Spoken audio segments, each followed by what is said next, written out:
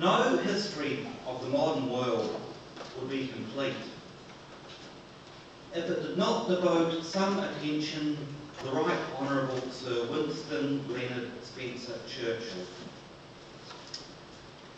Purely for balance, I must note, Churchill is not quite as revered today as he once was. His views on Indian independence would now be seen as quaint. His 1919 proposal to use tear gas against Kurds in Iraq now seems horrific. And the disastrous Gallipoli campaign of 1915, which we remember every Anzac Day, was originally Churchill's idea. Despite this, Churchill's achievements greatly outnumbered his blemishes, and his place in history cannot be challenged. His potential took a while to show. Overall, he did not perform well at school, yet we remember him as a great writer and historian. It took him 3 attempts to pass the entrance exam to get to Sandhurst, yet he became a great military leader. He had a speech impediment, yet became one of the greatest orators of his age. He suffered depression, coining the now widely used expression black dog, yet become one of history's great statesmen. Churchill overcame the odds to forge a political career, becoming Home Secretary in 1910, First Lord of the Admiralty in 1911, Secretary of State for War and Secretary of State for Air in 1919, Secretary of State for the Colonies in 1921 and Chancellor of the Exchequer in 1924. However, his political fortunes greatly declined after his government was defeated in the 1929 general election. He was not invited to join the cabinet when a national or coalition government was formed in 1931. And some questionable associations and strong views, especially his outspoken opposition to German rearmament, isolated him politically. He was an especially fierce critic of his party leader and Prime Minister Chamberlain's policy of appeasing Hitler. Attacking Chamberlain in the House of Commons, Churchill said, "You were given the choice between war and dishonour. You chose dishonour, and you will have war." Those were prophetic words. On 3 September 1939, the United Kingdom declared war on Germany, and Churchill was reappointed First Lord of the Admiralty and made a member of the War Cabinet. The Admiralty sent a 3-word signal to the fleet: Winston is back. The man so many had written off as being irrelevant, out of touch, and too old, was back. He was now 64, but his greatest triumphs were yet to come.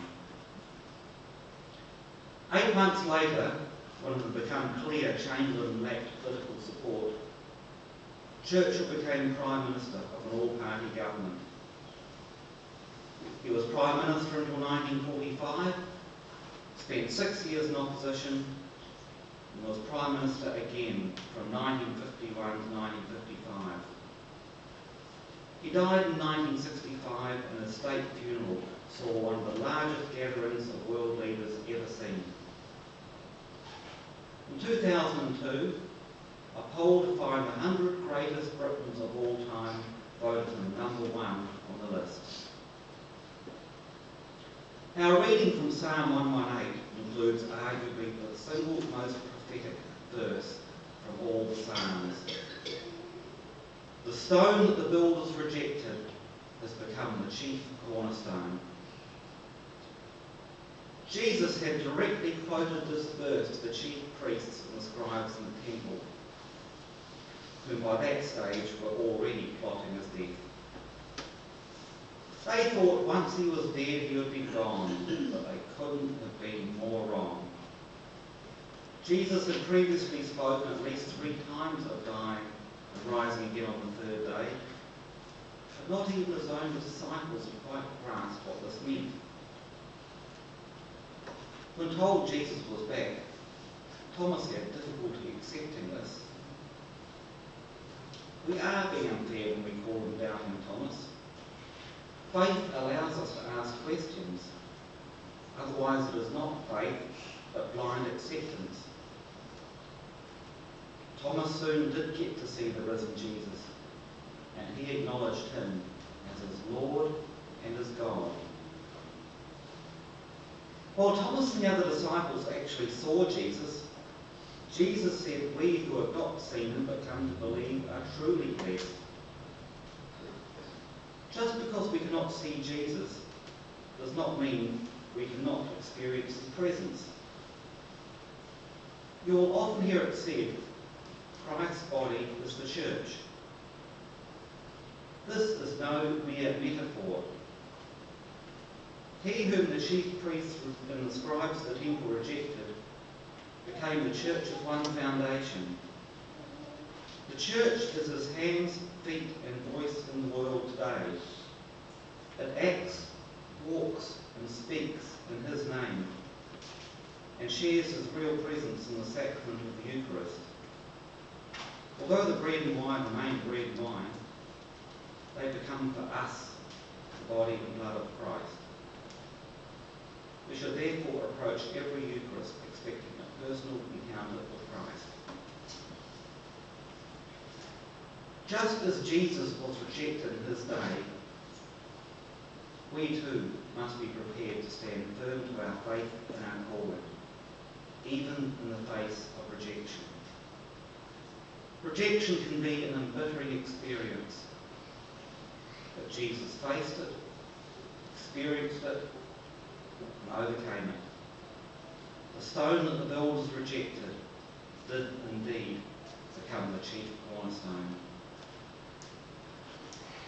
When the road is dark, all we need to know is God is guiding us on our way, and our final destination will be revealed at the end of our journey. All we need to do is let go and let God. Just as Jesus was obedient to God all the way to death on a cross, we too must be ready to go wherever God leads us, carrying our own crosses along the way, until the day we are welcomed into his kingdom as good and faithful servants. Amen.